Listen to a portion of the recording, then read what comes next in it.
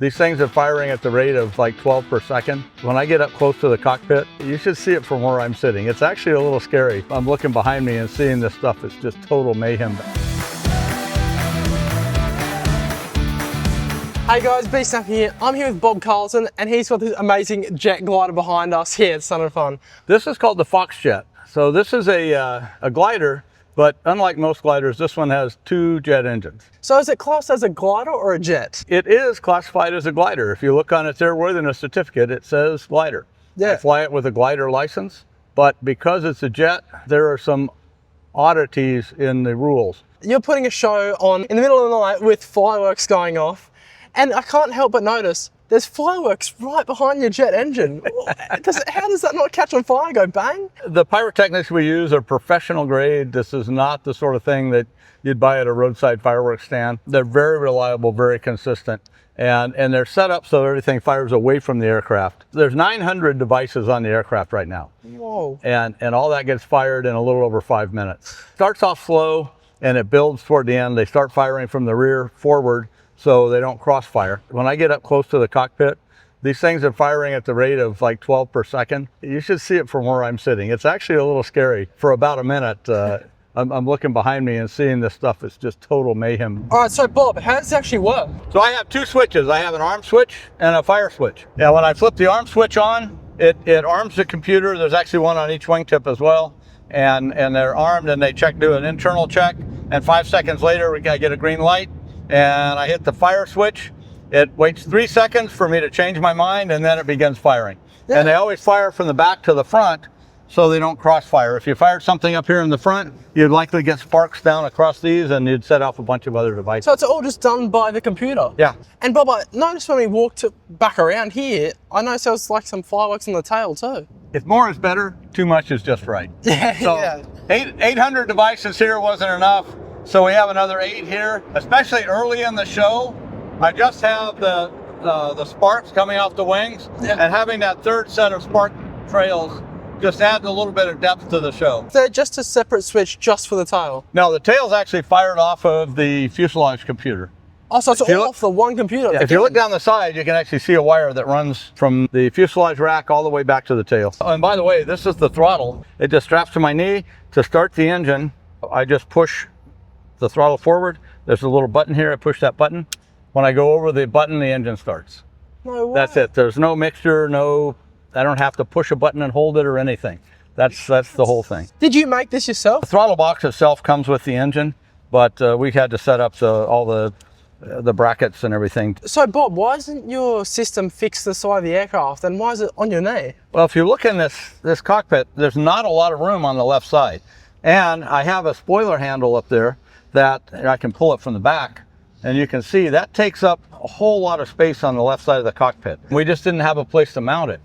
Turns out that because I sit in a reclined position, my hand's right here anyway, and it makes that throttle really easy to get to. It actually works out really well. That's the way I had my previous jet, and this one is the same way. It works out well. Well, I noticed the pilot seat's very far forward. When you get in, does it like tip forward? No, when I get in the front, I'm actually balancing that long, heavy tail. So most gliders, you'll find the pilot sits way forward, and that balances the fact that the tail's back there 12, 15 feet behind you. What about in here? What are we looking at? Do you have any fancy dashboard? This is probably the most simple aircraft I've ever flown. I've got just the basic instruments. I've got an altimeter, airspeed indicator. I have one device here that tells me all of my engine information. So you also have like a bladder back here. What's that bladder full of? In the back cockpit, I actually have a light so we can see what's going on back here. Normally all the fuel is in the wings, but when I'm doing a long show like we're going to do tonight with the whole system all together with the drones and the fireworks and everything, I'm going to be in the air a little bit longer, so I put an extra 8 gallons in this bag in the back seat. Normally what I would put back here is 6 gallons of smoke oil, and that would be for the day show. And then if you look in the back, it's actually a very simple system. It looks complicated, very simple. But it's only complicated because I have 3 redundant pumps, and any one of those pumps can do the job. But with 3 pumps, I know I can lose 1 pump and still have 100% on both engines. I can lose 2 pumps and still have probably 90% both engines. So what engine actually is on it, and what's like the power to weight ratio? Can you just climb straight up and just continue climbing? Not quite. This is a PBS TJ100 engine. It comes from the Czech Republic. Each of these engines makes 250 pounds of thrust.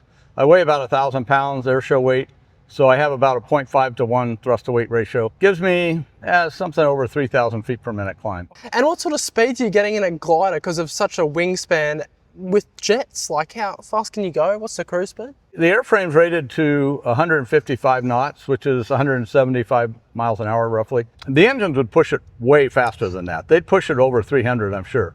Wow. But I'm just not allowed to do that because the wings are long and flexible, and you have a problem with flutter. When you go fast, the wings might start to do this, and then they tear themselves apart, and that's not good. So you're cruising at 150-ish knots. Yeah. All right, so when you're going from airshow to airshow, how are you getting this around? Are you going up to 10,000 feet with the jets and then letting it glide and go back up, or what are we doing? No, it's a little easier than that. We actually take it apart.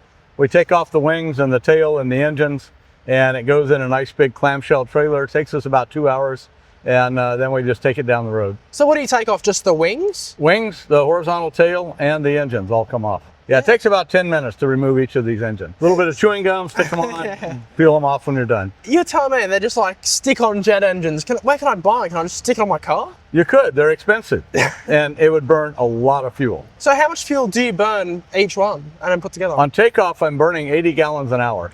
Wow. And I usually take off with about 18 gallons for a normal air show. In a normal show, I'll burn about 8 to 10 gallons. When it's just cruising though, do you know how much fuel you'd be using? Yeah, it just depends on how much I'm cruising. Like tonight's night show is a long show because we have so much stuff. We've got aircraft, ground pyro, big fireworks, drones, everything going on.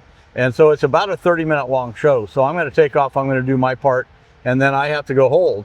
And when I'm holding, I'm burning about half a gallon a minute. Do you just pull it back to idle? Are they that powerful? Not quite to idle, but yeah, about 70%. I can just cruise around about 75 knots. All right, so if you're cruising and then you have maybe an engine failure, are they both on the same system, or does one still work and you're safe? No, they're completely separate. Oh, so okay. I can have one total engine failure, and the other one will keep me aloft actually quite handily. And if I lose that one, it's still a glider. Yeah.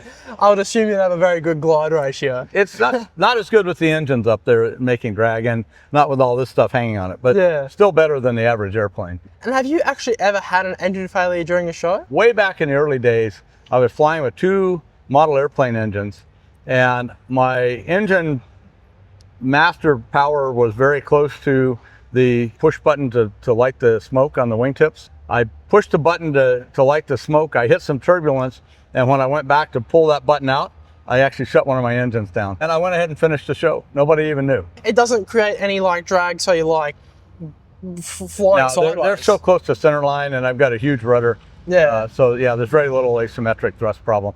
I actually have flown at one engine completely removed, and that's actually in our books.